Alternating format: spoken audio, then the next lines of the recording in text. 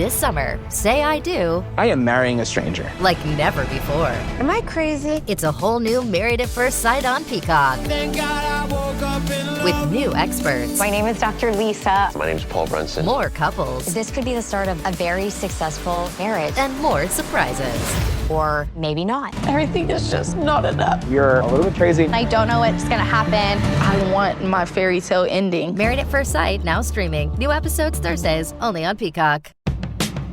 Mornings have a rhythm. You can hear it, feel it.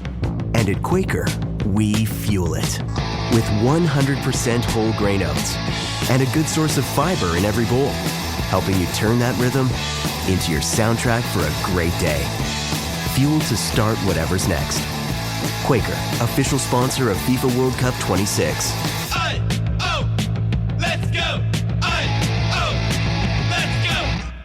Alright, what's up guys? Welcome to another episode of the TMossBoss Show. And in today's episode, I wanted to talk on something that I've noticed for a while, and that's when a certain video game comes out, and then you see a content creator that's known for mainly playing multiplayer games. Like, I feel like there's a lot of different content creators within the gaming community where you'll have somebody like me where I'm like, you don't have to send me out a game. I'm going to test it out. But I am going to be honest. Like, I'm not going to lie to people and be like, oh, this is the greatest game.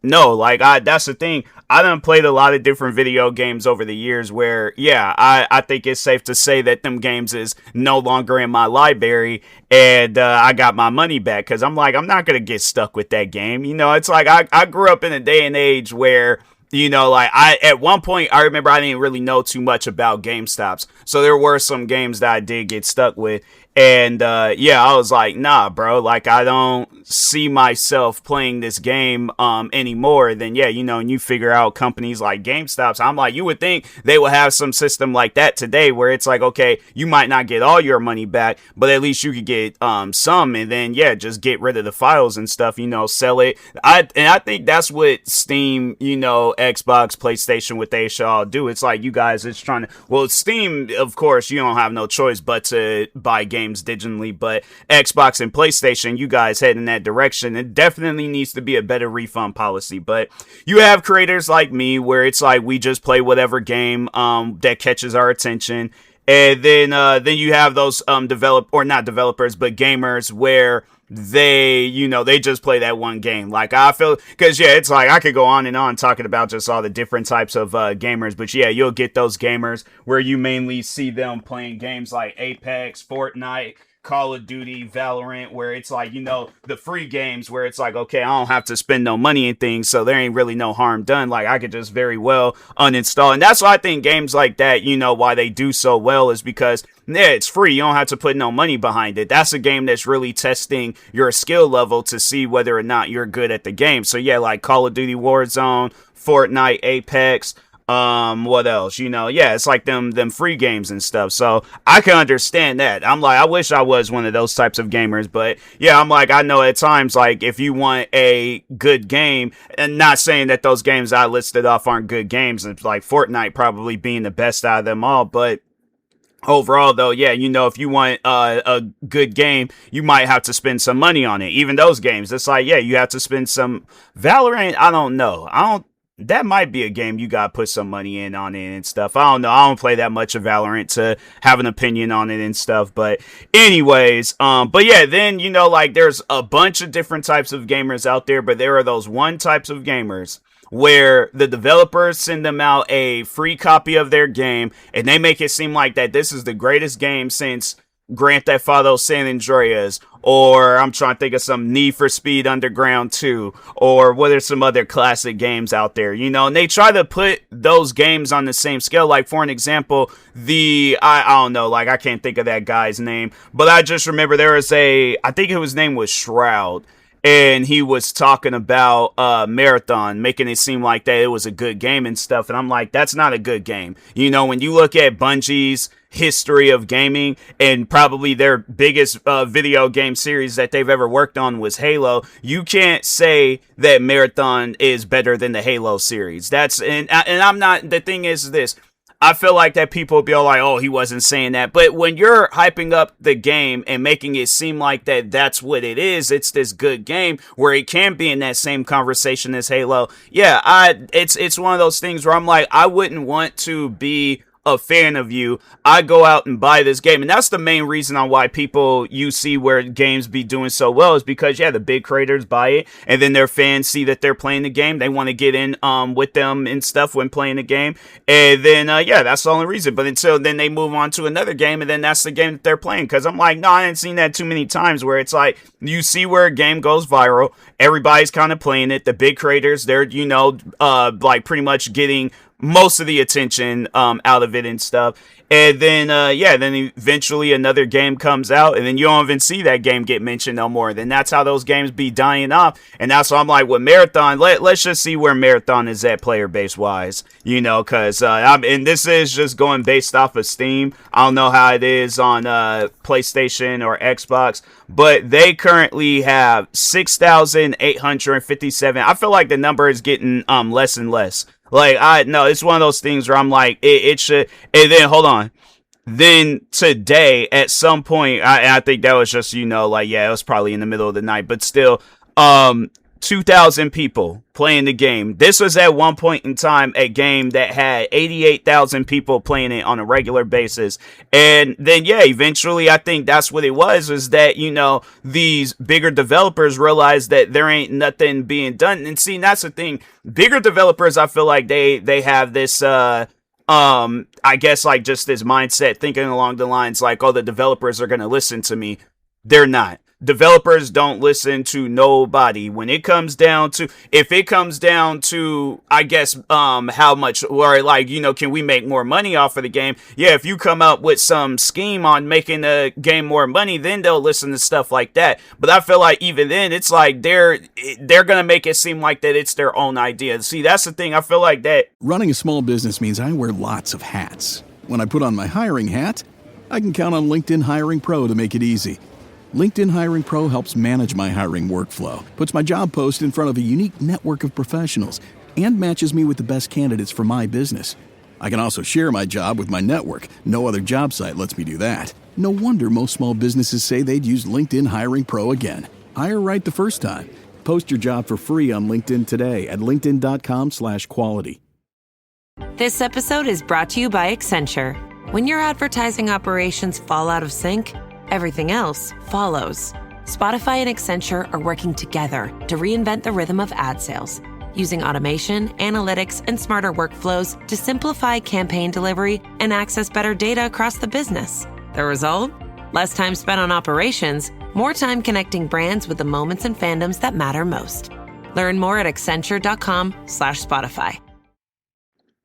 There's a big lack of communication when it comes to the developers and the gamers, and that's why you see a lot of the times where the developers, they just go out and do some old random idea that nobody didn't ask for. Like, that was the thing with Marathon. Now they're doing these experimental modes, and it's like, I'm not asking for a mode to only be in there for 5 minutes. I'm asking for a permanent mode, because my thing is this. I would really hate to, because I think they did say that they're coming out with a PvE mode. I would really hate to buy Marathon right now, dump all these hours into the PvE mode, and then at some point in time they decide to take the mode away, and then it's just left with what the game it originally was. And now I'm stuck with this game, and that's the thing. I'm not gonna get my money back. So that's why I'm like, I just think that it's best to be extremely careful. Like, this ain't talking to like the higher ups, the bigger gamers and all that. This is talking to the fan of the bigger gamers.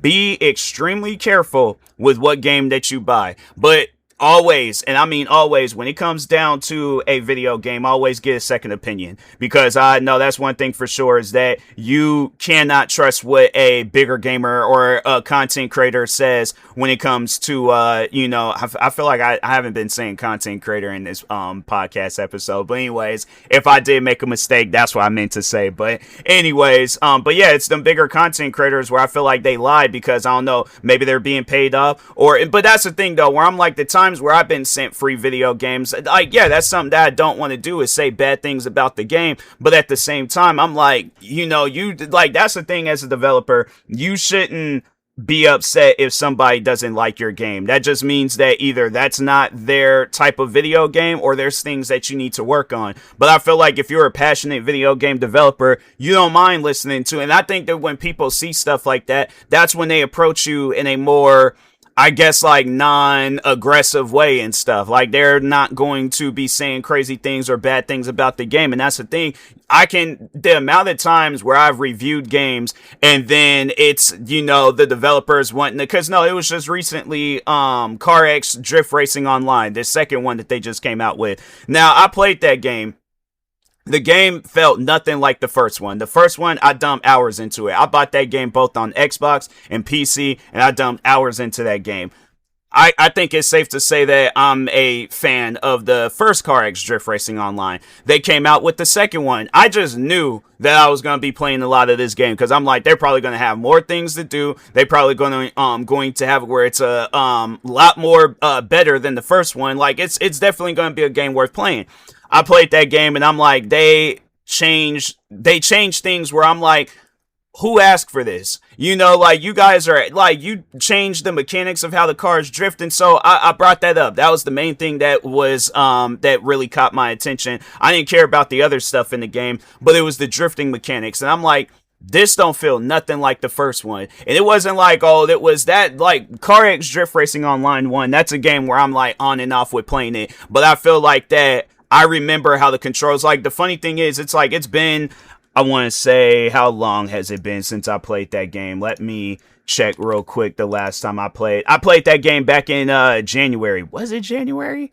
I feel like I played that game sometime in between and stuff. But my thing is this, though. It's that's a game where I'm kind of on and off with it. Like, I'll play it one day and then might play something else.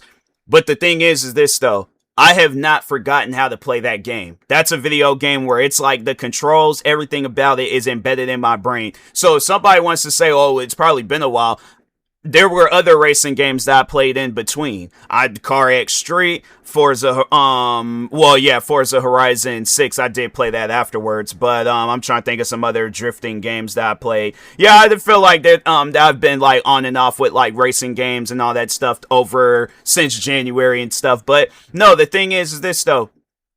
I'm still remembering, I guess like how I played CarX Drift Racing Online 1. So when I had told the developers, I'm like, hey, there's other games out there with better drifting mechanics rather than we're working on it, just a little bit of communication to let me know that it's like, yeah, the game is like, and it shouldn't be something where a fan has to tell me that.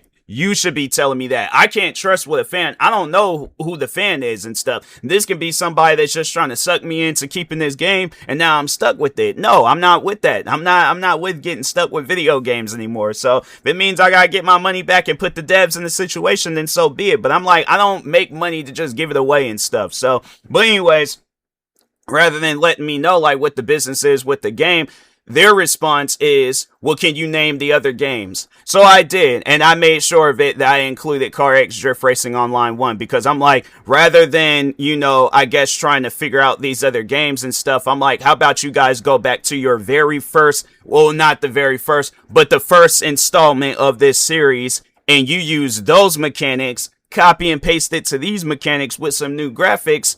That's how you guys sell off a new game. So that's why I'm like, yeah, it's things like that where I'm like, and you know what? And the thing is this, though, let's say they sent this game out to a big content creator to play it and all this other stuff. The things, well, yeah, they didn't even respond to what I had said because they knew that I was right. There was like, there's all these Forza Horizon 5, your first game, the second game you guys came out with after CarX Drift Racing Online, which was CarX 3. I don't know if they did come out with anything else, but those were the two that I played from their series, CarX Drift Racing Online, CarX 3. But you got Forza Horizon 5, Grid Legends. I'm trying to think of some other games that got drifting mechanics in there where it's like, you're not going to be, even I think there was this one that I was kind of like on and off with playing it, and they even have a demo of that game, so you're not even stuck with it. But Twerk Drift, I think that's what they call it. And then I actually forgot about the one game, JDM. That was that one racing game that came out a while back where it was like a comic book racing game and stuff. So that's why I'm like, fam, there are other games out there where they got the drifting mechanics, and you guys probably having the number one selling drift racing game and stuff. But I'm like, to have it where you guys come out with part 2 and it ain't even gonna live up to the potential of part 1, maybe like 2-3 years down the road. But I'm like, I'm not trying to wait no 2-3 years. I'm trying to play a game right now. And it's just crazy how that's the narrative with gaming right now, is that we're testing out games and then, we'll get our, like the fully functional working version of the game 2-3 years down the road when all the updates done rolled out for it. Yeah, no, I'm tired of that. That's one of those things where I'm like, hey, look, when you guys got your act together with the game, then I'll play it. But I'm not going to go based off of a big content creator's opinion, or anything. I'm going based off of my own opinion. That content creator and me, we're two different people. They might like the game, and I'm not going to take that away from them. But that doesn't mean that I'm going to like the game. But I'm also not going to get sucked into buying this game because, they're playing it and they saying all these good things about it. I'm like, I didn't see that a lot of times with video games that I'm stuck with, where I'm like, for an example, I was like, that was a game I remember I just, because I think it was more so one of those games where it was trying to copy another video game, but Lawbreakers. That's a video game I'm never going to get my money back on it, and then Black Myth Wukong. I'm like, that's a video game where I bought it, under the impression that it was going to be a good game, listening to other people. I didn't like that game, and I know people gonna probably be all like, skill issue, this, that, and blah, blah, and it's like, fam, it's a fighting game. There ain't no difference with fighting games, whether you call it a Dark Souls game, or it has an easy, medium, hard, a traditional difficulty settings. No, that's just a lack of caring from the developers, where it's like, okay, we're only gonna make a video game for this audience, but everybody else, it's like, you either accept it or and then that's the thing, then you'll come out with some mods for it, and then it's like, then that becomes a problem. So that's why I'm like, nah, man, developers need to understand that it's like, just because one person says that the game is good, and then they might have an audience, the audience is blindly following behind that person. So it's like, give it some time. Wait until another video game comes out. If whoever the content creator is, if they're still playing your game and you guys still got a strong fan base, and it's a fan base that ain't dying off, it's adding more and more, then that's when you know that you got a good game. But if you come out with a video game and that game, it's like, it's only good for about like 5 minutes, and then after that everybody done moved on, that means that you have some stuff that you need to do with your video games. But anyways, I'm like, I guess, like, to the up and coming developers that do actually want to sit down and listen to people, this episode's for you, because the higher end developers, I wouldn't even say higher end, I guess the more bigger developers and stuff, they ain't gonna listen to nobody. So, but anyways, with that being said, talk to y'all later. Thank you guys for watching and or listening. Stay tuned for the next episode. Like, subscribe, viewing this on YouTube. Follow, subscribe, viewing this on the podcast streaming service. And peace.